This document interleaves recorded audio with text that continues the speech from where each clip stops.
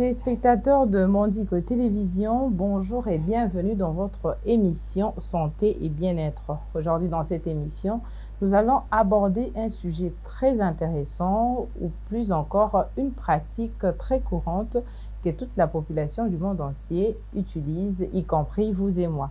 Et cette pratique n'est autre que l'automédication. Alors, qu'est-ce que l'automédication? Est-elle bénéfique ou malsaine pour la santé et comment se prévenir de l'automédication? Alors, sur ce plateau, j'ai avec moi le docteur Cédric Liongo. Bonjour, docteur. Bonjour, Madame Bijou. Voilà, alors avec le docteur Cédric, nous allons parler de l'automédication. Alors, je m'en vais vous poser la question d'abord, qu'est-ce qu'est l'automédication? D'accord. Merci beaucoup, Madame, pour cette question. En fait, l'automédication, point de vue étymologique, c'est une combinaison de deux mots. Auto qui veut dire soi ou soi-même. Médication, c'est l'usage de médicaments. En fait, c'est le fait d'utiliser les médicaments par sa propre initiative pour se faire traiter d'une maladie ou d'un symptôme de maladie.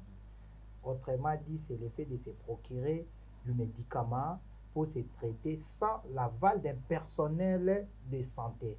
Donc, c'est ça, en fait, l'automédication de façon simple.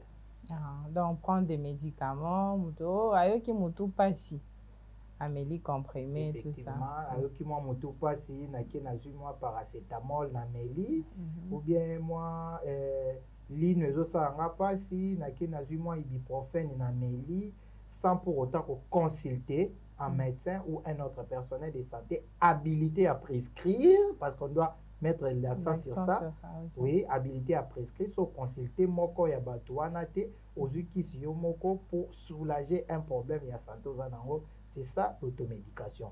Mais également, pour ceux qui souffrent de pathologies chroniques, et pour ceux qui souffrent de pathologies chroniques, ils ont des ordonnances. Dans leurs ordonnances, on écrit souvent à renouveler. Donc, quand ils partent, ils achètent les médicaments ou ils s'approvisionnent médicaments à chaque fois. Il peut ou ne pas voir son médecin quand l'ordonnance est écrite à renouveler. Mais à chaque fois qu'il se présente pour les mêmes, pour s'approvisionner de ces mêmes médicaments, si l'ordonnance n'a pas, s'il n'a pas d'ordonnance ou n'a pas consulté, ça aussi c'est l'automédication. Parce qu'il peut s'avérer que pour sa pathologie chronique, bien sûr, il y a des paramètres, soit il s'améliorer ou soit il s'effondre. Il faudrait qu'on ajuste le traitement, mais il y a quelqu'un capable de mélango boye, le bongoïsme, le pacavilisme. Donc, bon, ça aussi, ça fait partie de l'automédication. Voilà. Alors, quelles sont les causes ou les facteurs qui poussent des personnes à l'automédication? Ok, merci beaucoup. Il y a plusieurs facteurs ou plusieurs causes de l'automédication. Premièrement, c'est le coût élevé de la prise en charge dans des formations sanitaires. Donc, moi, talo likolo na hôpitaux, na ba centre de santé. Mutu pona mutu ka pasi na ke centre de santé na osala be médecin ya mbanga osenga fiche na okende laboratoire apona ke somba bakisi po ani tena ke na nzela mukuse na kristo la sombi ka kisi d'ailleurs ils ont même symptômes kaka biloko na yo kaka. Premièrement, c'est ça. Deuxièmement, ils allaient aussi l'effet ya koyoka ka batu mususu, moi voisin tout ça. Ozobela oyoka mutu pasi anga pe na yoka mutu pasi la fois passé ça lenga boba komela nga boye azui yango. Donc azui prescription voisin ça les prescription prescription par procuration. Donc voilà, mususu pe zali influence kaka surtout pour na bato entre guillemets actuellement il commence à phénomène basi comme ibali ba comment besoin à changer forme moko boye accueillir moko voyez. Donc il y a plusieurs facteurs qui influencent l'automédication, mais facteur majeur c'est vraiment le coût élevé d'une prise en charge dans une formation sanitaire. Ça c'est vraiment les facteurs graves, et également la banalisation de la maladie.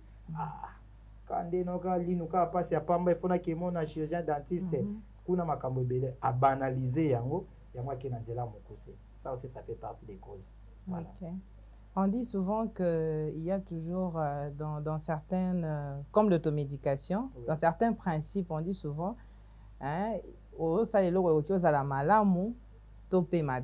alors, dans l'automédication, y a-t-il des bienfaits issus de l'automédication? Si oui, lesquels? Et dans l'automédication, y a-t-il des effets aussi néfastes dus à l'automédication? Si oui, lesquels? Merci beaucoup. Pour le contexte congolais, je n'aimerais pas parler des bienfaits.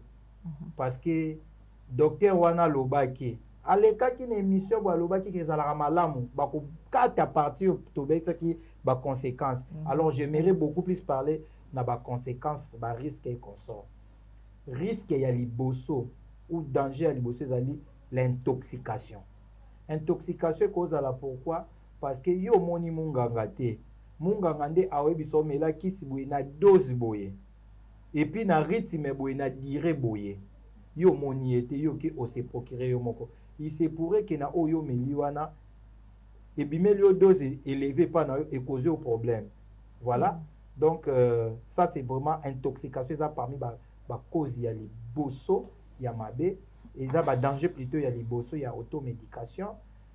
Yami balé danger yami balé zali surtout pour na baki sur quoi tu venga ba antibiotique. Ozo risquer à développer phénomène il y a résistance aux antibiotiques. Parce que il a utilisé un antibiotique ou un antibactérien qui ne correspond pas à sa pathologie ou bien à la cause de sa pathologie. Voilà. Donc à utiliser on va développer résistance. Alors parmi les dangers, il peut masquer l'évolution d'une maladie aussi sévère. Je donne un exemple banal. Vous avez des maux de tête, à céphalée grave intense. Les céphalées grave intense, ils ont des symptômes qui peuvent être cause à la signe, il y a des pathologies qui sont plus graves. Et cause à la signe hypertension et comme même vers AVC.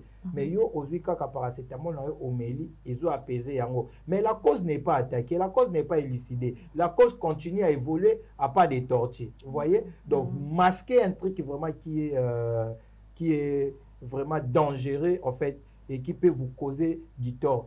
C'est la raison principale au kato kalelo mort subite. Mutuwana akeka wa kweya kufi. Non, il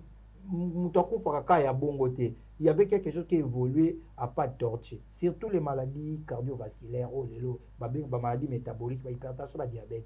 On les appelle des tueurs silencieux. Après ça, un signe. Ce qui est hôpital, au courrier, peut-être qu'ils ont développé telle pathologie.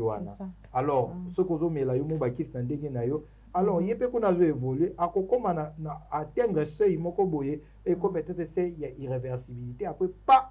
Mutakoi akufi ando kendeka bako ya kutalala ki ala mukite noko ala ngambute alati ngambu tata mwasi wana babeta na gazon. Vous voyez, donc c'est vraiment en quelque sorte en gros les dangers de l'automédication, les dangers de l'automédication. Pour ceux qui souffrent des pathologies chroniques, les dangers aussi c'est presque pareil parce que pour ceux des pathologies chroniques sont appelés à revoir leur médecin régulièrement pour les évaluations. On évalue les paramètres. Est-ce que tel paramètre est évolué ou bien paramètre est quitté? Ce qui paramètre a évolué, mais il faut ajuster dose, il faut réduire. Ce qui peut paramètre et se dégrader, mais il faut combiner les produits. Donc vous imaginez, donc c'est vraiment ça en fait. C'est ça en somme les dangers de l'automédication. D'ailleurs, vous avez même anticipé la réponse à la question que j'allais poser par rapport aux pathologies chroniques. Vous avez dit qu'ils ont souvent des ordonnances à renouveler. Voilà. Alors, il peut avoir les mêmes symptômes. Les mêmes symptômes. Non, le docteur m'avait prescrit ça, mais il ne fait que prendre. Or, peut-être ça peut être une autre maladie. Effectivement, ça peut être une autre maladie, tout comme ça peut être la même maladie, là, mais qui a déjà atteint un autre stade. Alors, il faudrait à chaque fois, pour les pathologies chroniques, on leur demande de temps en temps d'être en contact avec leur personnel soignant. De temps en temps. Vous avez constaté telle chose, actuellement, nous avons la grâce, nous avons des téléphones. Téléphone, on peut contacter les médecins et votre personnel soignant, ils peuvent dire non. Pour tel, s'il estime que c'est bénin, c'est pas grave, il peut vous dire non, venez, non, prenez ça et faites-moi suite. S'il estime que c'est grave, non, venez, ou sinon, Si c'est un médecin qui vous consulte à la maison, il peut venir lui-même à la maison, il consulte, il objective encore quelque chose. À ce moment-là, ça peut encore mieux vous orienter. En tout cas, moi, j'ai des conseils, même ceux qui souffrent des pathologies chroniques, même les autres, de ne pas s'automédiquer. Voilà. Mais vous voyez que, docteur, ça sera un peu compliqué de ne pas s'automédiquer. Vous êtes d'abord un docteur pharmacien. Vous connaissez surtout qu'ici, dans la ville de Kinshasa, les gens ont l'habitude d'aller dans des pharmacies. Et la plupart des pharmacies, ça peut être un médicament comme... je vais donner un exemple typique. Moi, j'ai déjà vu, par exemple, le tramadol. Okay. C'est un médicament qui est vraiment... comment je peux dire? Exprimez-vous. Voilà, un médicament. Et ça, donc, qui s'y mord, il y a ma casse. Ça calme n'importe quelle douleur. Oui. Ouais, j'ai voyé ça même quand j'étais tombée malade une fois. On m'a donné ça pour calmer certaines douleurs. Mais vous voyez dans des pharmacies, Moutouaki à Koti, il achète les tramadol sans ordonnance médicale et il prend tes qui s'y mord au mouvement. On dit, ah, on a hôpital, on a tramadol kende. Et on va dans la pharmacie, on achète ça. Oui. Sans avoir une ordonnance médicale et la plupart des pharmacies à Kinshasa vendent comme ça. Oui. Alors, qu'est-ce qu'il faut faire pour éviter ces genres de situations en tant que pharmacien? Ça, c'est grave. C'est la situation, malheureusement, c'est une situation qui est due à la prolifération anarchique des boutiques des morts, que vous appelez pharmacie, nous on appelle ça boutique des morts, ou bien les Wenzefar. Ce sont des petits trucs là où on vend les médicaments, parce que dans la pharmacie, au vrai sens du terme, on ne vend pas les médicaments. Dans la pharmacie, on délivre les médicaments. Alors ça, c'est vraiment un constat amer que nous déplorons régulièrement. Et ça relève de l'autorité de l'État, primo. C'est l'État, parce qu'il y a un ministère qu'on a conféré la responsabilité de gérer les secteurs pharmaceutiques. Je cite ici le ministère de la Santé. C'est à lui. Parce que pour qu'on ouvre une pharmacie, c'est vrai que c'est un thème qu'on pourra peut-être aborder dans un futur proche, mais laissez-moi quand même anticiper. Pour qu'on ouvre une pharmacie, il n'y a que les ministres de la Santé qui autorisent. Voilà. La pharmacie au vrai sens du terme. Voilà. Maintenant, quand il y a des naissances anarchiques, des boutiques des morts là, ça c'est l'absence de l'autorité. C'est l'absence de l'autorité que nous appelons à prendre ses responsabilités en main. Alors, pour les cas de certaines personnes qui se procurent des médicaments aussi dangereux comme tramadol, qui est un antalgique majeur, c'est grave parce que moi, pharmacien, dans l'officine, un patient qui se présente, j'essaie déjà tel médicament, on doit avouer qu'il y a des médicaments qui sont en vente libre dans la pharmacie. Ah, okay. Oui, ça, par exemple, quel médicament qu'on peut vendre librement, sans ordonnance? Il y a des médicaments qui sont en vente libre. Je cite ici les préservatifs. Ah, ok. Oui, c'est un médicament qui est en vente libre. Je cite ici les contraceptifs des lendemains, les piliers des lendemains, contraceptifs d'urgence, sont en vente libre parce que ce n'est pas pour stimuler ou promouvoir la débauche ou des pratiques sexuelles n'importe comment, non, mais c'est juste pour prévenir parce qu'il s'est avéré qu'il y a quand même des cas de violence ici régulièrement. Voilà, on doit quand même les dire. Il y a également, je préfère limiter par là parce que si je cite d'autres molécules, ça va inciter les gens à aller dans les pharmacies. Mieux parler des médicaments qu'on doit utiliser à titre préventif, comme les préservatifs. Oui, là, je pense que c'est en vente libre, il y a d'autres. Mais il y a des médicaments qui demandent une prescription médicale, à l'instar des antibiotiques que nous appelons les antibiotiques. Donc, dans une pharmacie, on ne peut pas vendre, on ne peut pas délivrer, moi je parle ici des pharmaciens, délivrer un antibiotique sans ordonnance médicale. Même si c'est ma maman qui vient là, je ne peux pas. Ça, c'est l'éthique que moi j'ai, c'est des consignes que moi j'ai, parce que je peux la donner aujourd'hui, ça lui soulage pour le problème qu'elle estime là, mais je ne sais pas qu'est-ce que ça cause encore derrière ces problèmes. Alors, c'est dans ce cadre-là que nous disons, l'État doit prendre ses responsabilités en main, doit aider à assainir le secteur pharmaceutique, que ceux-là qui sont habilités à exercer la pharmacie doivent le faire avec aisance. Je dirais également que l'exercice de la pharmacie est légiféré par la loi. La loi portant création de l'ordre des pharmaciens. Dans son article 3, la loi dit Nul ne peut exercer la pharmacie sans être inscrit au tableau de l'ordre des pharmacies. Ça, c'est les grands thèmes. Mais il y a des sous-thèmes. Pour être inscrit au tableau de l'ordre des pharmaciens, il faut être détenteur d'un diplôme de pharmacien. Il faut prêter serment des Galiens. Alors, pour avoir les diplômes de pharmacien, il faut aller à la faculté de sciences pharmaceutiques, étudier toutes les chimies, mathématiques, biologie et consorts. Donc, bref, il y a vraiment un parcours à suivre. Donc, voilà un peu de façon générale ce qu'on peut dire quant à ça. Voilà. Alors, vous nous avez parlé des risques que les personnes encourent quand elles font l'automédication. Effectivement. Ah, vous avez parlé de la réglementation aussi du gouvernement dans les pharmacies ne peut exercer que la personne qui a fait cette profession. Alors, quels conseils pouvez-vous donner? Parce qu'aujourd'hui, la population équinoise, malgré dont on peut parler, malgré les mêmes émissions, malgré tout ce qu'on dit, les gens sont toujours habilités à faire l'automédication.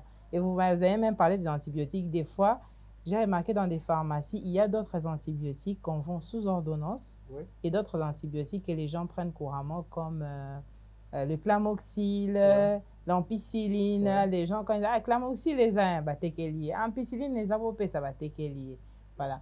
Alors, quels conseils pouvez-vous donner pour les gens qui pratiquent l'automédication et surtout insister sur les dangers qu'ils peuvent encourir? Ok. Merci beaucoup, madame. Si je peux dire un mot pour éviter l'automédication, conseil à prodiguer à la population, qui me suit, je vais également les redire en là. Premièrement, quand vous avez les symptômes d'une maladie, quand vous ne vous sentez pas bien de façon simple, première réaction qui doit vous animer, c'est d'aller à l'hôpital. Oui, c'est vrai, vous allez peut-être me dire que vous avez énuméré les causes, serait le coût élevé du traitement dans des formations sanitaires. Je dirais oui, je les connais. Je reconnais également que j'ai dit ça. Et c'est la réalité, mais la santé n'a pas de prix.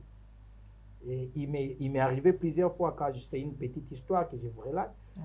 Il m'est arrivé chaque fois que quand je suis à la pharmacie et je trouve une personne venir avec une ordonnance, on essaie d'analyser, on trouve que l'ordonnance est cohérente et qu'on sort, on énumère les prix, on donne.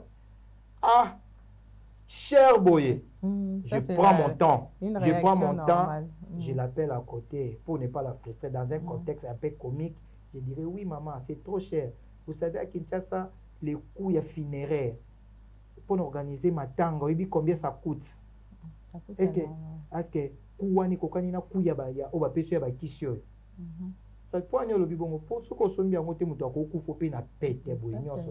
Alors, vous voyez un peu, j'ai communiqué que c'est cher, bien sûr, mais la vie est précieuse, en fait. La vie est précieuse. Donc, voilà, j'essaie. Il faut vous rendre à l'hôpital. Ça, vraiment, j'insiste. Rendez-vous à l'hôpital. Si vous avez quelque chose de plus précieux à la maison, télé, consort, donnez même ma consignation, faites-vous soigner. Vous aurez le temps. Je m'excuse, de chercher l'argent et de revenir récupérer votre chose. Ça, c'est de un. De deux, pour nous qui sommes dans des pays en développement, pour ne pas dire pays pauvres, les gens se rendent à l'hôpital lorsque la situation devient de plus en plus grave. Alors, pour ces gens-là, je vous demande, quand vous ne vous sentez pas bien au départ, rendez-vous à la pharmacie. Quand je ne parle pas de la pharmacie, des petites boutiques des coins là et qu'on sort. Rendez-vous à la pharmacie où se trouve un pharmacien. Où se trouve un pharmacien, je vais donner les détails, comment vous allez identifier la pharmacie d'un pharmacien. Lorsque vous rendez là-bas, cherchez un rendez-vous et cherchez un dialogue avec ces pharmaciens. Il va certainement vous isoler dans son cabinet, dans son bureau, vous allez échanger. C'est ce que nous appelons la consultation pharmaceutique. J'insiste ici, où je rappelle, où j'informe également que le pharmacien est le seul personnel de la santé qu'on consulte gratuitement. Gratuitement, la consultation pharmaceutique est gratuite, même pas au foot à rond. Et ce qui est encore intéressant, c'est quoi? Pour nous pharmaciens que nous sommes, je suis dans mon officine, dans mon cabinet de travail, je reçois une patiente ou une dame, passez-moi les termes, mais comme vous venez même avec un lot de médicaments que vous avez acheté ailleurs. Quand vous me posez des questions sur ces médicaments-là, je vais vous donner les informations, les conseils sur l'usage rationnel de ces médicaments. Non, ça, la zouate, non, ça, ce n'est pas l'éthique que nous avons reçue. Donc, rendez-vous chez les pharmaciens, il va faire la consultation pharmaceutique. Et cette consultation pharmaceutique, c'est basé sur ce qu'on appelle l'approche Kidam. Il va se poser la question, qui est cette personne? Il a quoi? Il a déjà fait quoi comme démarche? Il a entrepris quoi comme démarche plutôt? Il a pris quoi comme médicament? À ce moment, dans les méandres des différentes questions-là, il va comprendre et déceler. Si c'est une situation bénigne, il peut vous proposer un schéma thérapeutique. Non, pour ça, vous pouvez prendre ça, vous pouvez prendre ça. Et dans 2 jours, souvent c'est 24 heures, 48 à la limite 72 heures. S'il n'y a pas de changement, rendez-vous chez votre médecin. Ramenez tout ce que je vous ai prescrit ici, ou si je vous ai proposé, ou je vous ai conseillé, ramenez-les pour une meilleure investigation de votre situation. Donc voilà, rendez-vous chez les pharmaciens. Alors, vous me poserez encore la question de savoir comment nous allons détecter que ici c'est une pharmacie détenue par un pharmacien. Voilà, c'est simple. Quand vous venez, vous trouvez une pharmacie dénommée n'importe comment, je ne sais pas, mais voyez de part et d'autre. Vous allez voir ce que nous, pharmaciens, nous appelons cadicé. Cadicé, c'est quoi? C'est les symboles d'une coupe. Un coupe avec un serpent. Avec un serpent enroulé. Et de l'autre côté, il y a les mandalas là. Voilà, les rameaux là, un peu de côté. Mais en dessous là-bas, il y a encore un principe. Il y a un truc qu'on a mis, notre principe des vides. On a mis science, conscience, probité. Mais pour descendre encore, vous trouverez, on a écrit les noms de ces pharmaciens. On a écrit pharmacien tel, comme par exemple moi, on écrit pharmacien Lyongo Bokando, Cédric.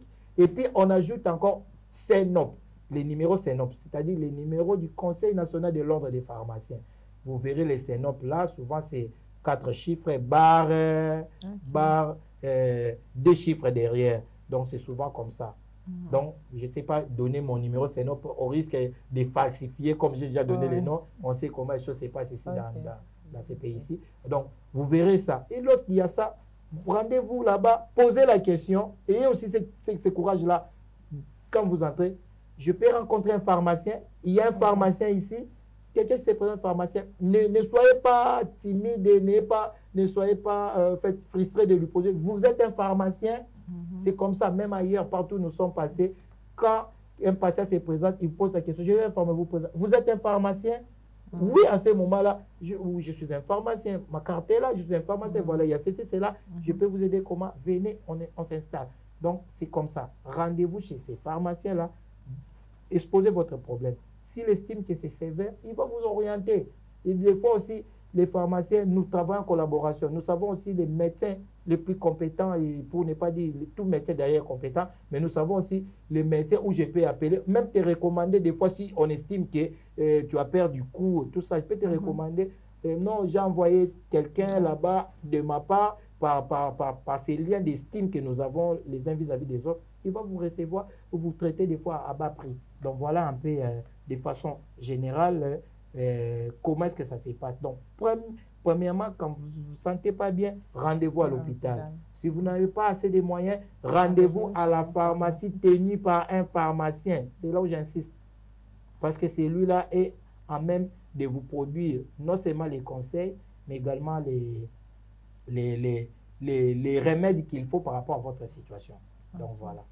Vraiment, docteur Lyongo Cédric, merci beaucoup de nous avoir éclairé sur les dangers qu'une personne, donc que nous tous, même moi y compris, tous qui me suivent à la maison, donc vous avez compris les dangers de l'automédication. Alors merci beaucoup une fois de plus, docteur.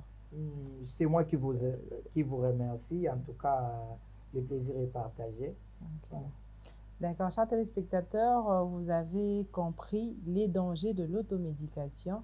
Donc, oyoki mutu pasi o meli boye oyoki boye meli boye eza mabe. Alors, si vous avez l'habitude de ça la pratique, il faut kotika.